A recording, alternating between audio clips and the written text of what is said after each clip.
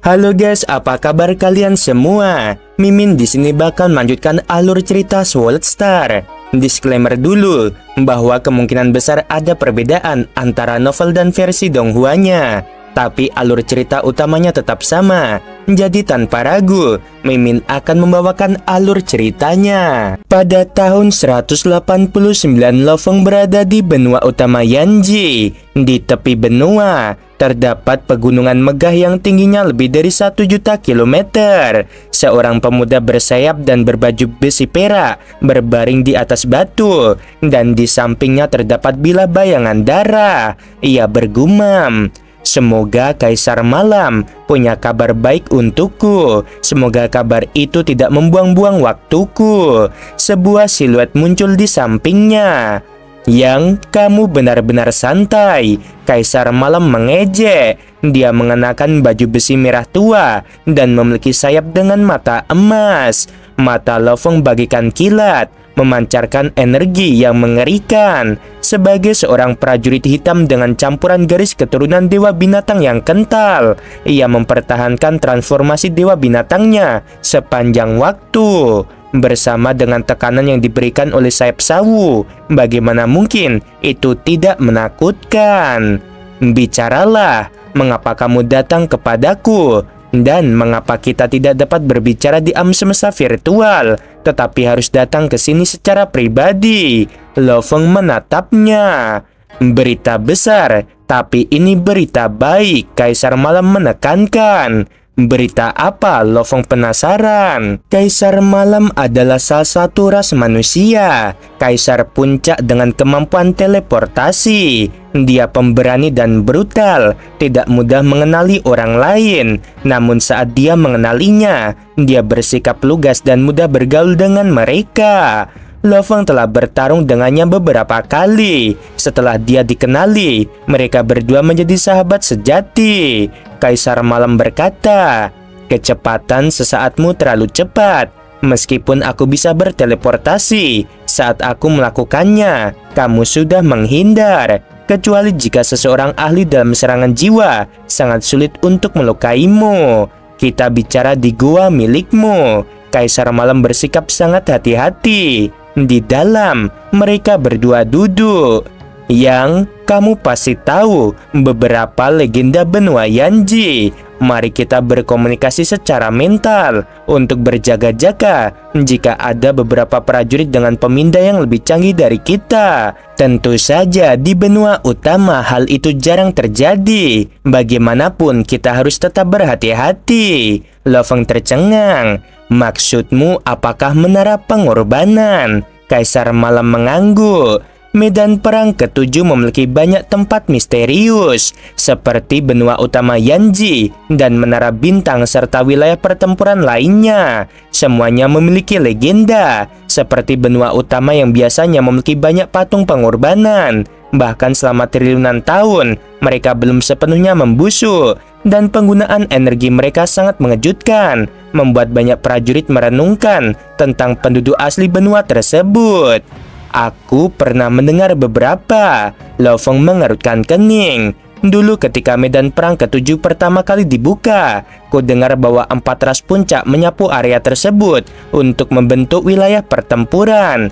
Penduduk asli benua utama secara alami diusir dan tidak mampu melawan 4 ras puncak. Karena tiba-tiba hanya sebagian dari mereka yang lolos dan banyak yang lainnya meninggal. Benua utama Yanji terkenal dengan menara pengorbanannya, dan setiap menaranya merupakan pangkalan bertahan hidup yang besar. Penduduk asli menyimpan banyak harta di dalamnya sebelum membawanya dan melarikan diri.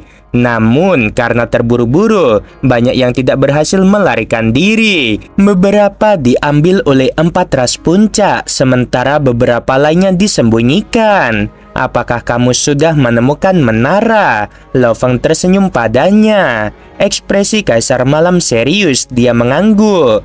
Lo Feng tiba-tiba berdiri, menatap Kaisar Malam. "Apakah kamu berbohong padaku? Apakah aku benar-benar seberuntung itu?" "Aku tidak berbohong," Kaisar Malam menegaskan. "Alasan aku mengundangmu adalah karena kemampuan terbang dan menghindarmu. Di saat kritis, kita dapat mengandalkan untuk melarikan diri. Setelah berlatih berkali-kali, kemampuan terbangmu benar-benar mengesankan. Akan aku ceritakan lebih rinci. Aku bertarung dengan kaisar ras lain yang bersembunyi di dalam gua yang dalam. Meskipun dia lebih lemah dariku, dia tetaplah kaisar yang hebat. Pertarungan itu, kami mengerahkan seluruh tenaga dan tanah pun runtuh, dan ruang pun terkoyak. Dia sudah terluka parah dan melarikan diri. Lalu kami tiba-tiba menemukan menara itu. Sangat misterius, bahkan para kesatria tidak dapat menembusnya atau mendeteksinya. Itu adalah markas bertahan hidup penduduk asli di benua utama. Tentu saja kami berdua tidak dapat dengan paksa menyimpannya di cincin dunia kami. Namun, di pintu masuk tergeletak tubuh salah satu penduduk asli. Kami berdua menemukan jimat untuk memasuki menara. Kami langsung bertarung untuk mendapatkannya. Yang terpenting adalah dia lebih diuntungkan karena dia sampai di sana lebih dulu. Meskipun aku lebih kuat, aku hanya mendapatkan setengahnya. Jimat itu adalah 6 bagian. Aku mendapat 3 dan dia juga mendapat 3. Intinya, harta karun yang ditinggalkan oleh penduduk asli ada di dalam. Meskipun ini hanya satu menara, itu seharusnya setara dengan kekayaan seorang kesatria. Dan selama bertahun-tahun yang tak terhitung jumlahnya, pertahanannya mungkin sudah menua dan melemah. Mempertaruhkan untuk mendapatkan harta karun seperti itu, aku pasti akan melakukannya. Yang, maukah kamu juga pergi? Lo Feng tersenyum. Tentu saja aku akan pergi. Lo Feng cukup yakin dengan kemampuan bertahan hidupnya. Melihat sejarah, ada orang lain yang telah mendapatkan harta karun dari menara pengorbanan sebelumnya. Mengapa dia tidak bisa melakukannya juga? Ayo, ikut aku mencari Kaisar Harimau Menusuk, kata Kaisar Malam. Kaisar Malam berpegangan pada Lo Feng dan berteleportasi. Di sisi lain benua, Kaisar Harimau Menusuk dan timnya ditempatkan di sekitar gua di gunung. Di dalam istana, Lo Feng, Kaisar Malam, dan Kaisar Harimau Menusuk berdiri di sana. Meskipun Harimau Menusuk bukan manusia, ia berasal dari kubu manusia. Oleh karena itu, ia secara alami berhubungan baik dengan 2 orang lainnya. Pada akhirnya, Kaisar Harimau Menusuk akan ikut dalam mencari harta karun.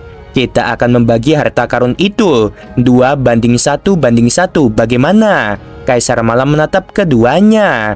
Kita semua akan bekerja sama untuk mendapatkan harta karun itu. Aku akan mendapatkan bagian 2 orang, sementara kalian berdua mendapatkan 1. Kaisar Harimau Menusuk bertukar pandang dengan Lo Feng. Setelah itu mereka berdua mengangguk pada Kaisar Malam.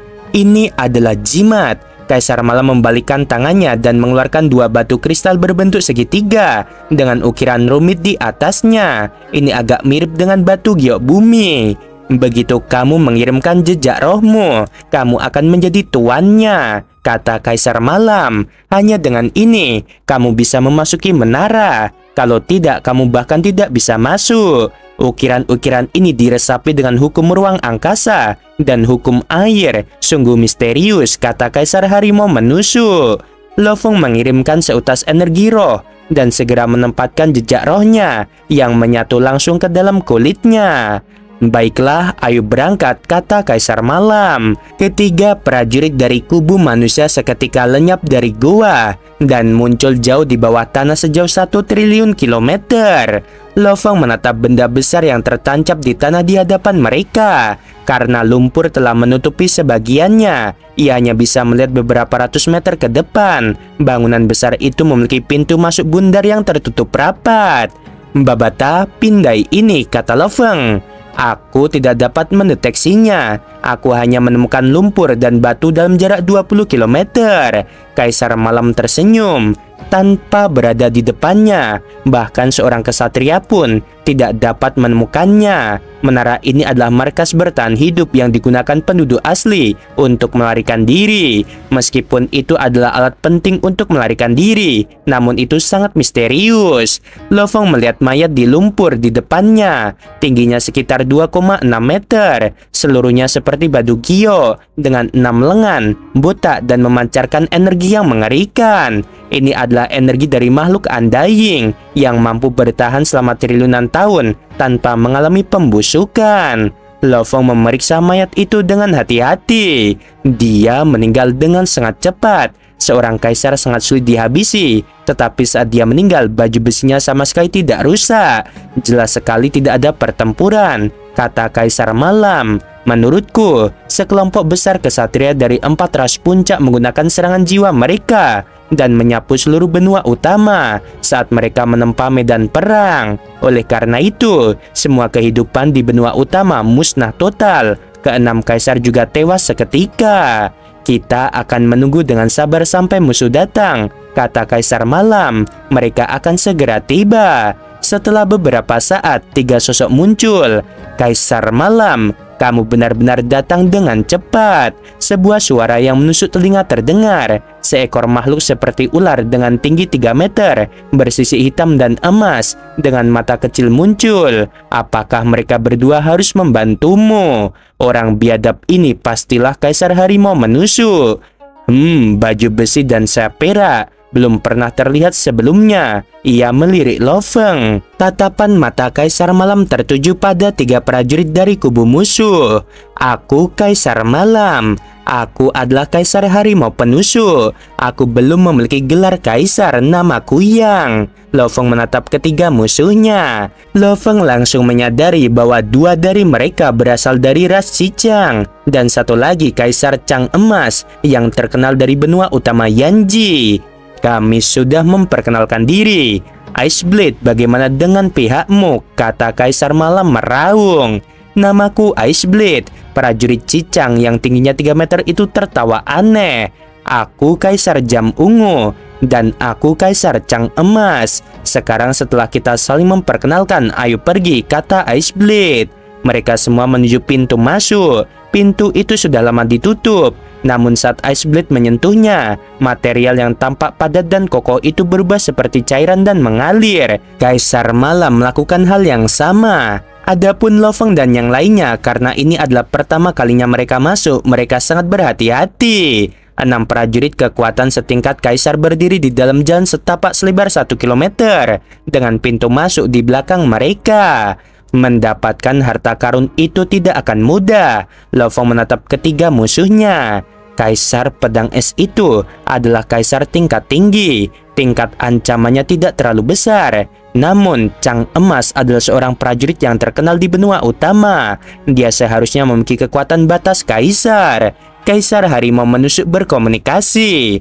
Aku tidak menyangka akan bertemu Gulchang di sini. Kaisar Malam berkata.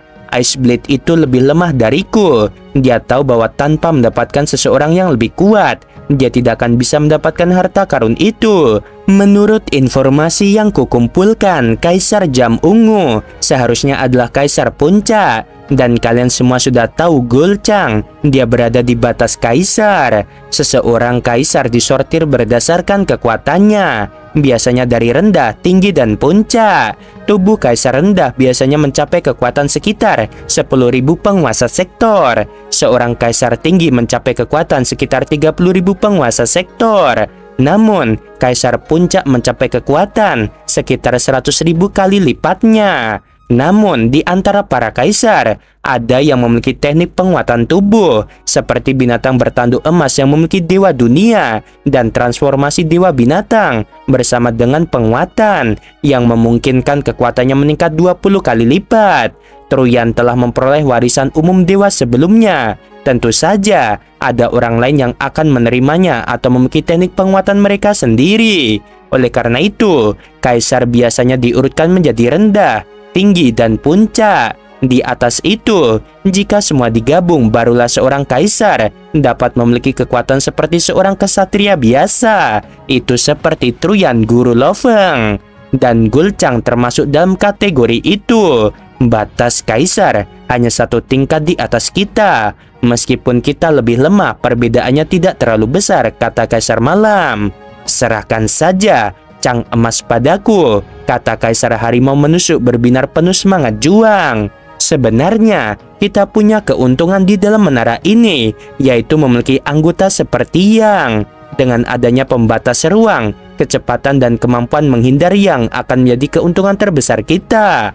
Ditambah Harimau dan aku sama-sama berada di puncak kaisar. Meskipun Golchang itu adalah batas kaisar, level kita tidak terlalu berbeda. Kaisar Jam Ungu menatap kelompok Lo Feng. Tatapannya tajam seperti pisau. Lo Feng pun memandangnya dengan dingin. Kedua belah pihak tidak menyembunyikan permusuhan mereka. Tidak ada yang bodoh, tidak perlu menyembunyikannya. Lo Feng melihat banyak mayat di sepanjang jalan. Semua mayat ini mengalami kematian di tangan 4 ras puncak. Para kesatria dari 4 ras puncak mungkin belum menemukan menara pengorbanan. Namun bagaimanapun, mereka menyembunyikan penduduk asli. Itu tidak dapat menangkis serangan jiwa. Dengan menyapu seluruh benua, semua orang mati. Bahkan para kaisar pun mati seketika. Apalagi para penduduk Undying lainnya dan penduduk yang lebih lemah. Kaisar Harimau menusuk berkata, "Apakah kamu menyadari bahwa semua benda yang telah kita lihat tidak memiliki cincin ruang angkasa atau bahkan senjata?" Lo Feng tentu saja mengerti. Kaisar Malam dan Iceblade jelas melakukan pembersihan yang bagus. Mereka berdua masuk jauh lebih awal. Selain area inti, mereka telah menyapu bersih. Kaisar Malam, bagaimana koleksinya? Kaisar Harimau bertanya dengan lugas. Aku hanya berhasil mendapatkan 3 mayat kaisar. Penduduk asli tidak dapat dibandingkan dengan manusia atau ras puncak. Dan kaisar mereka jauh lebih miskin daripada kaisar biasa, ujarnya dengan langsung. Pintu masuk ini, Lo Feng menatap bintang besar bermata 6 itu. Ke-6 sisi itu adalah jalan setapak. Menurut informasi yang kami kumpulkan, kami berenam harus masuk dari ke-6 jalur. Kami harus bergegas melewati penghalang dan meletakkan jimat di sana. Hanya jika jimat-jimat itu diletakkan bersama-sama, area inti akan terbuka. Harta karun itu ada di sana, kata Kaisar Malam. Kaisar Iceblade mengangguk. Setiap jalur memiliki banyak lapisan penghalang yang tidak bisa dilewati oleh Undying pejabat biasa. Itu pasti sesuatu yang digunakan penduduk asli untuk mencegah generasi mereka sendiri menyerbu masuk. Aku sudah mencobanya beberapa kali. Tenang saja, aku akan memimpin jalan masuk, kata Kaisar Malam dengan percaya diri. Aku punya sayap sawo dan baju sirah jenderal. Energi di sini tidak mungkin bisa menghabisiku. Terlebih lagi, ini hanya tubuh bumi. Jika sesuatu terjadi, aku masih bisa mengendalikannya. Lo Feng sangat percaya diri. Setelah beberapa saat, pihak manusia mengikuti suatu jalur sementara sisi lainnya masuk melalui jalur lain. Layar air ini seperti membran. Lo Feng mengepakkan sayapnya dan menutupi dirinya, lalu menyerbu masuk dengan paksa. Selaput air berhasil ditembus karena kekuatannya tidak mampu menghentikan kekuatan Lo Feng. Ia terbang melewati banyak lapisan. Meskipun setiap lapisan lebih kuat dari yang sebelumnya, tubuh buminya memiliki kekuatan lebih dari 10.000 penguasa sektor. Oleh karena itu, ia dengan mudah mencapai ujungnya. Ada dinding di ujung dengan celah segitiga di dinding. Ini tampaknya cocok dengan jimat yang ia terima sebelumnya. Lo Feng mengapungkan jimat itu dan dengan lembut menaruhnya di dalamnya. Seketika jalan setapak menyala dan ruang bergetar. Setelah beberapa saat, ke-6 jalur itu berguncang. Di dalam ruang kendali inti menara, sebuah gambar 3 dimensi melayang di sana. Melalui gambar ini, seseorang dapat melihat setiap bagian menara. Tentu saja ketika Lo Feng dan yang lainnya baru saja memasuki menara, gambar mereka juga tertangkap. Ada invasi ras lain. Boneka berlengan 6 yang terbuat dari logam paduan berada di ruang kontrol. Boneka ini menyerupai penduduk asli, tetapi merupakan AI yang hidup. Selama bertahun-tahun mengawasi menara, boneka ini berevolusi menjadi AI yang hidup. AI itu muncul di tengah-tengah pegunungan yang luas di depan sebuah istana yang megah. Menatap ke bawah dari atas, dia bisa melihat tempat tinggal yang samar-samar. Penduduk asli Yanji yang tak terhitung jumlahnya tinggal di dalam negara dewa ini dan bertahan hidup. Sosok berjubah emas berlengan 6 muncul. Dia adalah seorang anggota suku pribumi. Tuan, kata AI itu dengan hormat. Bukankah kamu ada di menara? Mengapa kamu datang ke sini? Tanya prajurit berjubah emas itu. Tuan, menara telah diserbu oleh prajurit ras lain. Akhirnya kita diserbu. Akhirnya ada penyusup. Prajurit itu tertawa keras. Para kaisar semua berkumpul di sini. Saudara ketiga bawa mereka ke sini. Suara prajurit itu langsung menggema di seluruh negara dewa. Dalam sekejap, 11 siluet muncul di hadapannya. Semua prajurit ini memiliki 6 lengan. Akhirnya kesempatan itu telah tiba, kata prajurit berjubah emas itu dengan serius. Kaisar-kaisar lainnya semuanya memiliki kegilaan di mata mereka. Di zaman kuno, sebuah tragedi besar menimpa penduduk asli benua utama Yanji. Saat itu, mereka semua adalah orang-orang biasa di alam semesta. Dan mereka bahkan tidak memiliki 10 kesatria dalam ras mereka. Melawan kekuatan 4 ras puncak yang menempa medan perang, mereka seperti semut. Menara yang dimasuki Lofeng dan yang lainnya memiliki 6 pemandu kaisar. Dan itu adalah salah satu dari 100 menara warisan. Di puncak gunung, angin kencang menderu. Ke-12 kaisar yang selamat saling bertukar pandang. Mereka terbakar oleh kegilaan. Ayo kita pergi ke menara, kata prajurit berjubah emas. Ke-12 kaisar dengan cepat melewati membran air. Di dalam ruang kendali menara, prajurit berjubah emas terkemuka dan kaisar lainnya berkumpul di dalam. Dan AI muncul tepat setelahnya. Tuan, lihatlah. AI menunjukkan ke gambar 3 dimensi. Ini menunjukkan seluruh menara. Mereka sedang mengikuti jalur itu sekarang. Prajurit berjubah emas itu menatap tajam ke 6 orang yang diproyeksikan dengan jelas. Apakah itu Kaisar Malam, Kaisar Pedang Es, Kaisar Chang Emas, dan Lofeng? Semuanya ditunjukkan dengan jelas.